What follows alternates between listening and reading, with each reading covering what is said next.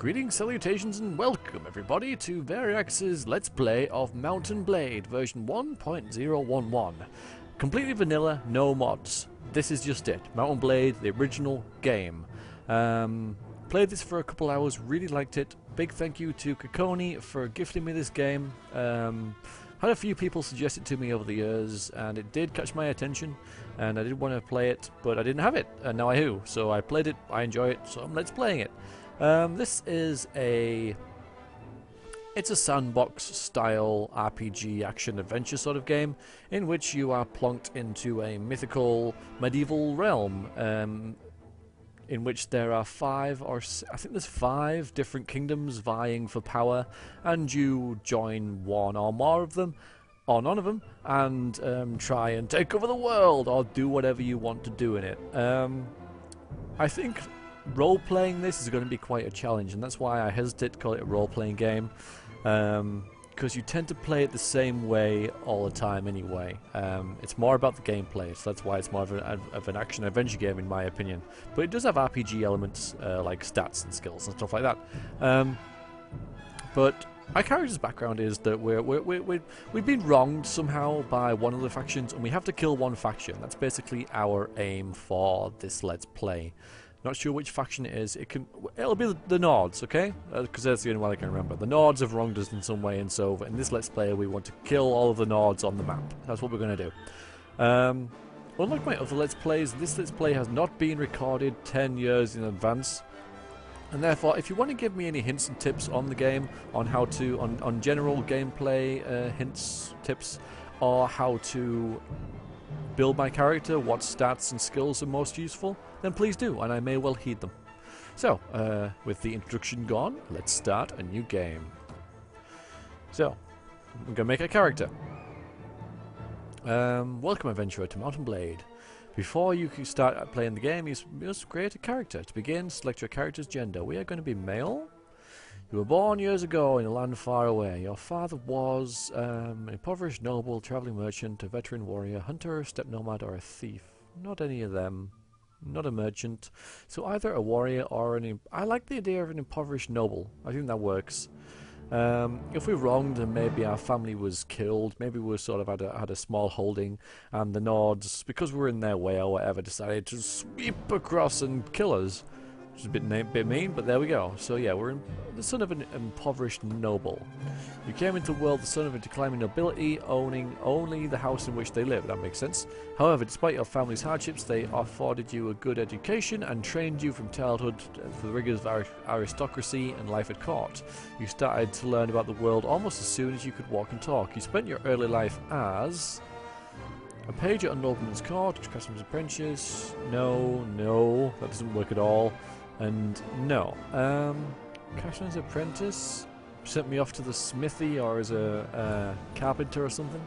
Probably the smithy. Or a page at a nobleman's court. I guess we would be that. No, I don't think he would send me away to another nobleman, since my dad is a nobleman. So yeah, we're going to be a craftsman's apprentice. As a boy growing out of childhood, you apprenticed with a local craftsmith to earn a trade. Yeah, we'll say blacksmithing.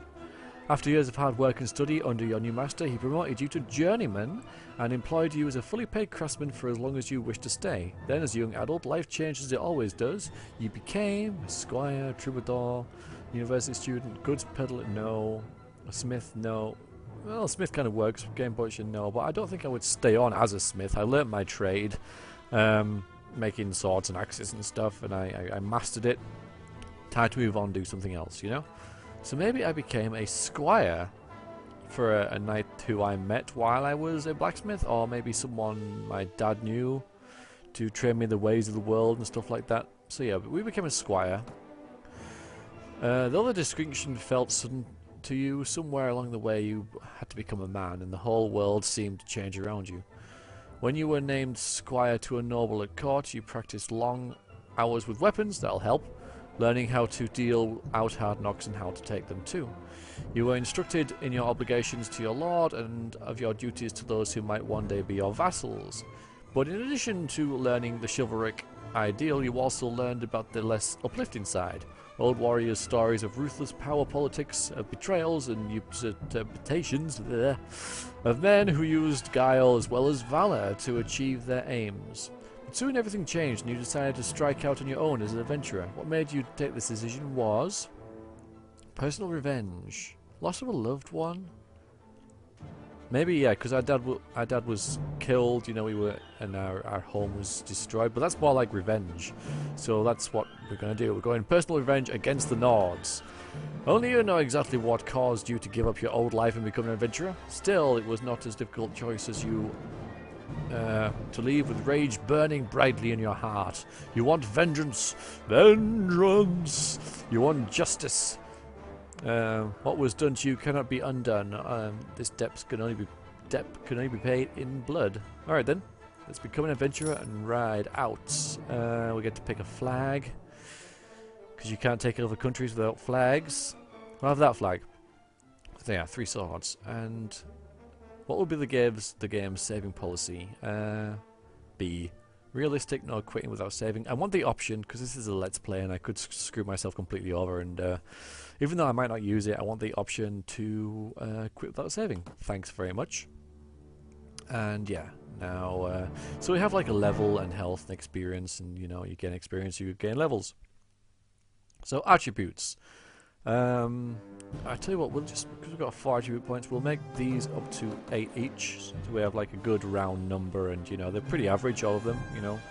So if you guys tell me to increase one of them, I'm not in too much of a deficit, but just bear in mind, this isn't interactive. I'm just going to, you know, I am asking for advice, but I'm not necessarily going to take it. It's just because I don't know that much about the game, so it'd be good if, you know, I get a bit of insider information on making a decent character.